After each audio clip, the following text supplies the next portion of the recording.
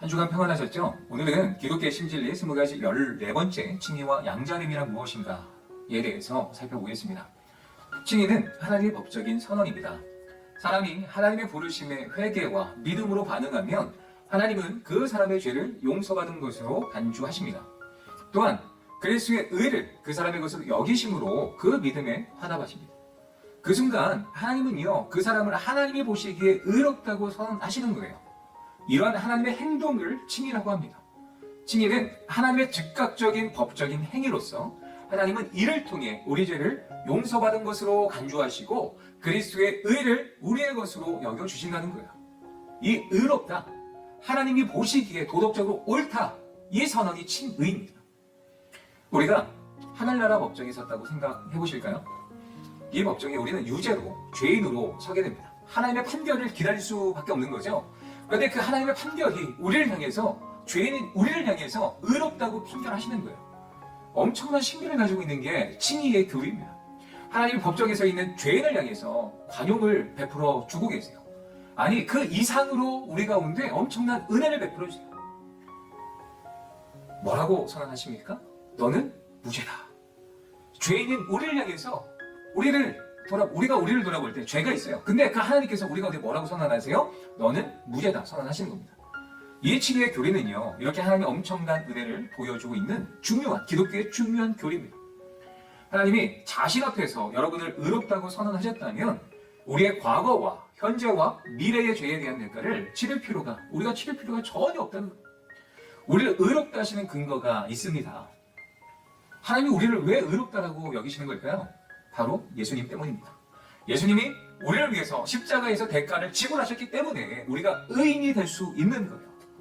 로마서 8장에 그러므로 이제 그리스도 예수 안에 있는 자에게는 결코 정죄함이 없나니, 이 말씀이 있습니다.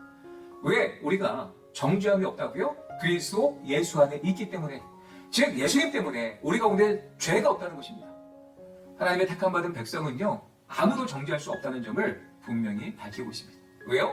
예수님께서 우리의 죄를 위해 대가를 지불하셨기 때문입니다.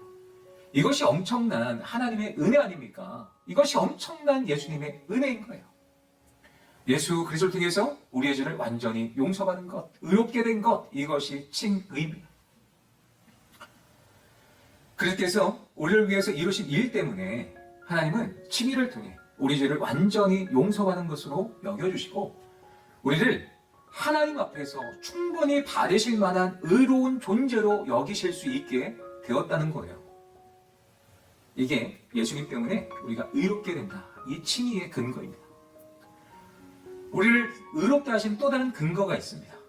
바울은 이러한 칭의가 복음의 부르심에 믿음으로 반응한 이후에 온다라고 이야기를 합니다. 칭의는요, 다시 말하면 우리의 믿음에 대한 하나님의 반응이라는 사실을 분명히 밝히고 있습니다. 로마서 3장 말씀에 보면 예수 믿는 자를 의롭다 말하고 있습니다. 믿는 자를 의롭다. 그리고 로마서 5장 말씀에도 믿음으로 의롭다 하심을 얻었다고 말합니다. 갈라디아서 말씀에도 사람이 의롭게 되는 것은 율법의 행위로 말미암음이 아니요 오직 예수 그리스도를 믿음으로 말미암은 줄 알므로, 이런 구절들을 살펴보면 칭의는요, 우리가 의롭게 될 수 있는 것은 믿음으로 말미암는다는 사실을 보여주고 있습니다. 그렇습니다. 칭의는요, 하나님의 은혜가 필요합니다. 그리고 오직 믿음으로 말미암는다라는 것을 우리는 꼭 기억해야 됩니다. 바울은요, 사람들이 그리스도 예수 안에 있는 속량으로 말미암아 하나님의 은혜로 값없이 의롭다 하심을 얻은 자 되었다고 설명합니다. 또 에베소서에서 너희는 그 은혜에 의하여 믿음으로 말미암아 구원을 받았으니 이것은 너희에게서 난 것이 아니요 하나님의 선물이라. 행위에서 난 것이 아니니 이는 누구든지 자랑하지 못하게 함이라. 아멘. 칭의는요, 하나님의 은혜의 결과로 오게 되고, 또 칭의는 우리의 믿음에 대한 하나님의 반응으로 온다는 것입니다. 그렇다면 여기서 우리가 주의할 점이 있습니다. 칭의는 우리의 믿음에 대한 하나님의 반응으로 일어나지만 그렇다고 우리 믿음이 하나님 앞에서 어떤 공로가 되는 것이 아니라는 사실입니다. 우리가 하나님의 은총을 얻게 되는 것은 우리 믿음 때문이 아니라는 거죠. 칭의는 오직 그리스도가 이루신 공로에 바탕을 두고 있습니다. 칭의는 결코 우리 믿음 속에 있는 어떤 공로에 바탕을 둔 것이 아니라는 것이죠. 이것이 참으로 놀라운 소식인 이유는 우리가 우리 자신을 위해 가치를 창조하거나 죗값을 치를 필요가 없다는 의미를 담고 있기 때문입니다. 우리는 그리스도를 통하여 우리가 우리 자신에게 줄 수 없는 것을 값없이 주시는 하나님을 바라볼 수 있게 됩니다. 하나님의 크신 은혜에 감사하게 된다는 것입니다. 이것은요, 사람의 노력이나 공로가 절대 아니라는 거예요. 오직 은혜로, 믿음으로 의롭다 여김을 받는 것입니다. 칭의와 더불어서 하나님의 구원하심을 바라보는 이들에게 주어지는 또 다른 특권이 있습니다. 바로 양자됨의 교리입니다. 양자됨이란 하나님의 새 식구가 되는 거예요. 하나님은 우리를 자신과 한 식구로 만들어 주십니다. 이런 하나님의 행동을 자녀 삼으심이라고 합니다. 양자됨. 요한복음 1장 12절 말씀에 보면 영접하는 자, 곧 그 이름을 믿는 자들에게는 하나님의 자녀가 되는 권세를 주셨으니, 예수 그리스도를 영접하는 자, 그 이름을 믿는 자들에게는 어떤 권세를 주셨다고요? 하나님의 자녀가 되는 권세를 주셨으니, 예수 그리스도를 영접하는 자들에게 하나님의 자녀가 된다는 거예요. 이 권세는요, 아무나 받아 누리는 특권이 아닙니다. 에베소서 2장 2절에서 바울은 이렇게 말합니다. 그리스도를 믿지 않는 이들이 불순종의 아들들이자 진노의 자녀라고 말하고 있습니다. 그러나 신자들은 하나님의 자녀로 간주되므로 우리는 지금 하나님의 자녀로서 많은 혜택을 경험하고 있습니다. 하나님의 자녀인 우리는요, 하나님과 친밀한 교제를 누릴 수 있는 특권이 있고 하나님을 아버지라 부를 수 있게 됩니다. 우리는 노예처럼 하나님께 복종하며 하나님을 두려워하는 삶을 살아갈 필요가 없다는 거예요. 예를 들어 어떤 부부가 한 아이를 입양하게 됩니다. 이 부부는요, 아이를 너무나 사랑하고 정성껏 아이를 양육하게 됩니다. 그런데 이 입양한 아이가 부부의 사랑을 충분히 넉넉하게 받음에도 불구하고 자기가 나를 자녀 삼아준 것이 너무 감사하다고 밥값 하겠다고 집안일을 열심히 하는 거예요. 빨래하고 설거지하고 청소하고, 그리고 이 부모의 눈치만 보고 있다면 이게 자녀일까요? 아니면 머슴일까요? 그렇습니다. 하나님이 우리를 자녀 삼아주신 것은 우리가 노예처럼 하나님께 복종하고 하나님을 두려워하는 삶을 살게 하심이 아니라는 거예요.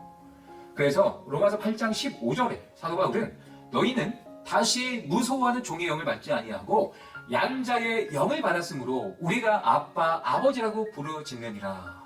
아멘. 뭐라고 이야기합니까? 양자의 영을 받았으므로 아빠, 아버지라고. 그래서 아버지 앞에 나아갈 때 무서워해서는 안 된다는 거예요. 하나님은 자기 자녀들이 모든 복의 상속자로 살아가는 기쁨을 마음껏 누리기 원하신다는 사실입니다. 그래서 우리를 자녀 삼아주시는 거예요. 그러면 하나님의 자녀, 하나님이 우리의 아버지 되어주시면 우리 가운데, 우리 인생 가운데 축복만 있어야 하는 것 아닌가요? 때때로 하나님의 자녀들을 보면 축복이 아닌 고난을 당할 때 하나님의 부재를 느낄 때가 너무나 많습니다. 아버지가 안 계신 것처럼 느껴질 때가 많다는 거죠. 우리를 버린 것 아닌가? 라는 의구심이 들 때가 있다는 것입니다. 하지만 성경은 분명히 말합니다. 로마서 8장 17절에 보면 자녀이면 또한 상속자, 곧 하나님의 상속자요, 그리스도와 함께 한 상속자니 우리가 그와 함께 영광을 받기 위하여 고난도 함께 받아야 할 것입니다. 아멘. 고난도, 상속자면 고난도 함께 받아야 한다는 거예요. 왜요? 영광을 받기 위함입니다. 목적이 분명하죠? 하나님의 자녀인 우리에게 하나님께서, 하늘 아버지께서 고난을 주시는 이유는 영광에 참여하기 위함이라는 것입니다. 여러분, 자녀가 있으신 분들은 잘 아실 겁니다. 자녀가 세상의 나쁜 친구들과 어울리면 또 온갖 나쁜 짓을 한다면 부모로서 매를 들어서 바른 길을 갈 수 있도록 우리가 매를 내지 않습니까? 똑같다는 거예요. 하나님께서 우리에게 고난을 주시는 이유가 있다면 자녀에게 하늘의 영광에 참여하기 위해 고난을 주신다는 거예요.